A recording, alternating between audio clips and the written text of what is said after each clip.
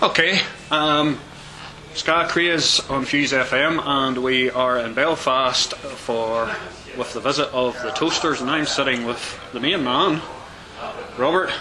Welcome to Belfast. Yeah, thanks, 6 man. years, you said.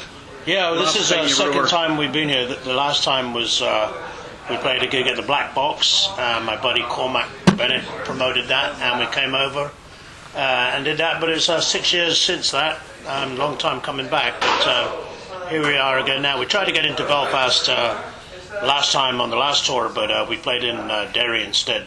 But here we are now again, looking forward to it. I think they've got a good number of tickets sold on the door, so we're looking forward to a pretty packed night. It's a good night. There's a couple of good bands on with you too, so that'll be definitely a good night. So just a wee chat, because you are over here.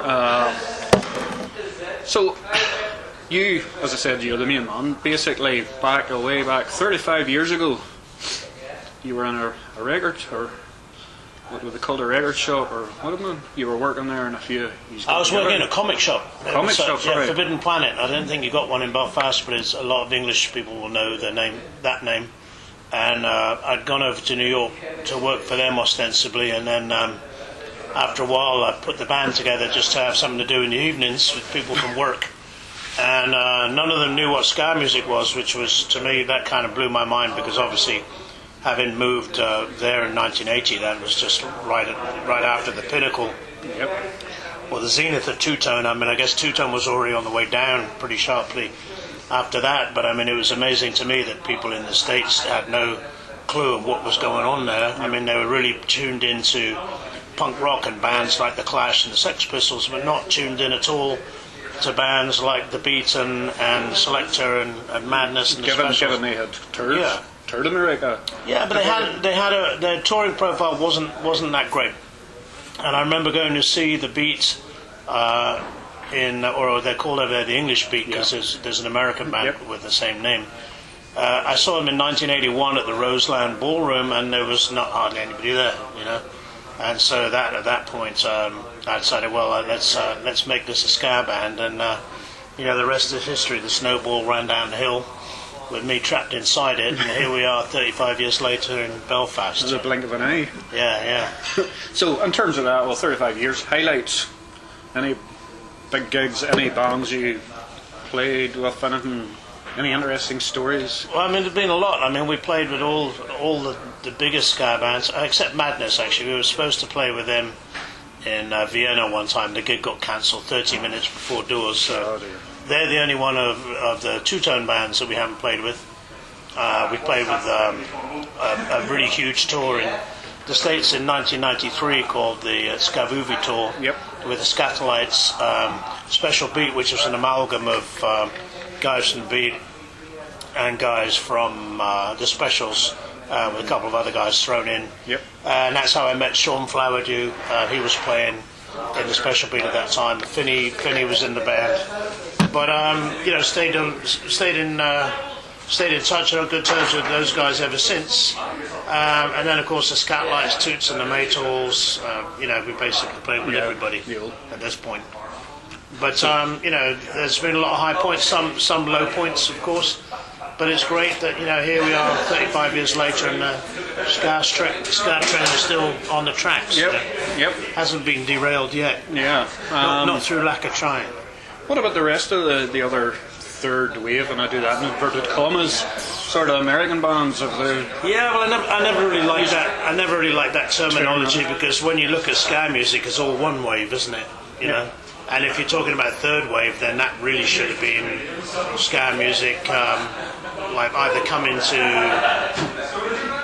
the UK, or at least Trojan Records would be the third wave. Or after that, I mean, two-tone even. So, I mean, there's been so many other waves of popularity before that. So when people refer to that as the third wave, they immediately tell me that they don't know anything about the genre, essentially. I mean, it's not like it's, just because you don't notice it's there doesn't mean it isn't. No. It has a way of going under the radar, going back into the subculture, going down back to the fan level, and reinventing itself with a different look. I mean, Trojan reggae was as far different as the original sounds as ska punk was. So it just has a way of reinventing itself, whether it's two-tone, so-called third wave, or what modern bands are playing. And now, of course, in the States at least, there's a really big move back to more traditional sound. So it seems like it's just like, going full circle. And the main thing is it's all different branches coming from the same root. Yeah, because we would play a lot of the newer bands and try and suss out as much of the new stuff as possible, because it is interesting, as you say. It's interesting how some of them go more in the punk side of things. A lot of them, there's a few more now going back right to the original type, and so forth. So it's interesting. So touring, if you were to follow your pages, you get about. Yeah, we do. Well, the thing is now, the music business, in terms of what traditionally used to happen, where you'd record records and sell them in the shops, all that's like disappeared, and really music has been devalued and trivialized to a large degree. So kids now, just view it as being really disposable, almost like a napkin, or like blow your nose on it and throw it away. Yeah. Kids download MP3s, which is probably the worst format ever, and listen to it on their phone. So they're not listening to the music because it sounds good. They're just listening to it because it's disposable. So we've got to find a way to fight that. And really, as a musician now, the only way you're really going to be able to get yourself an income is by playing live. But for me, that's kind of like what it's all about anyway. Music is supposed to be played out, live in the pub. That's one of the things I like about coming to Ireland. All the pubs you go in, there's a bunch of guys in the corner hammering away, the Cayley band or whatever they're doing. That's great. Who needs a jukebox when you've got real people to listen to? So I think Irish people have a finer appreciation for music and the roots of that than your English counterparts do. Yeah. Well, it's certainly, I would suggest that anybody, and I've suggested to many a person who would listen to the music and sort of. And that would, to get out there, like we've had the Beat over here, we've had Bad Manners, we've had Selector, yourselves now over, and a number of other bands in recent times. And it's actually totally different. Yeah. Let's to be honest, when you stand in the limelight or wherever the venue may be, and you're in among a crowd of people, the band, I think we noticed it so much with the Beat, the different emphasis when they're live to what you might listen to. So certainly, and that's what I'm really keen to see is the night and that. Yeah, well, for me it's great that those bands are all still touring, but I think now with the Beat, I've seen 3 versions of the Beat at the moment, because there's Roger's version and then Dave's American version, which is a really very, very good band he's put together now, Dave Wakeling, and then I think Everett has a version as well now. It's called the Beat something, but it's pretty funny. But there's still a lot of support for that.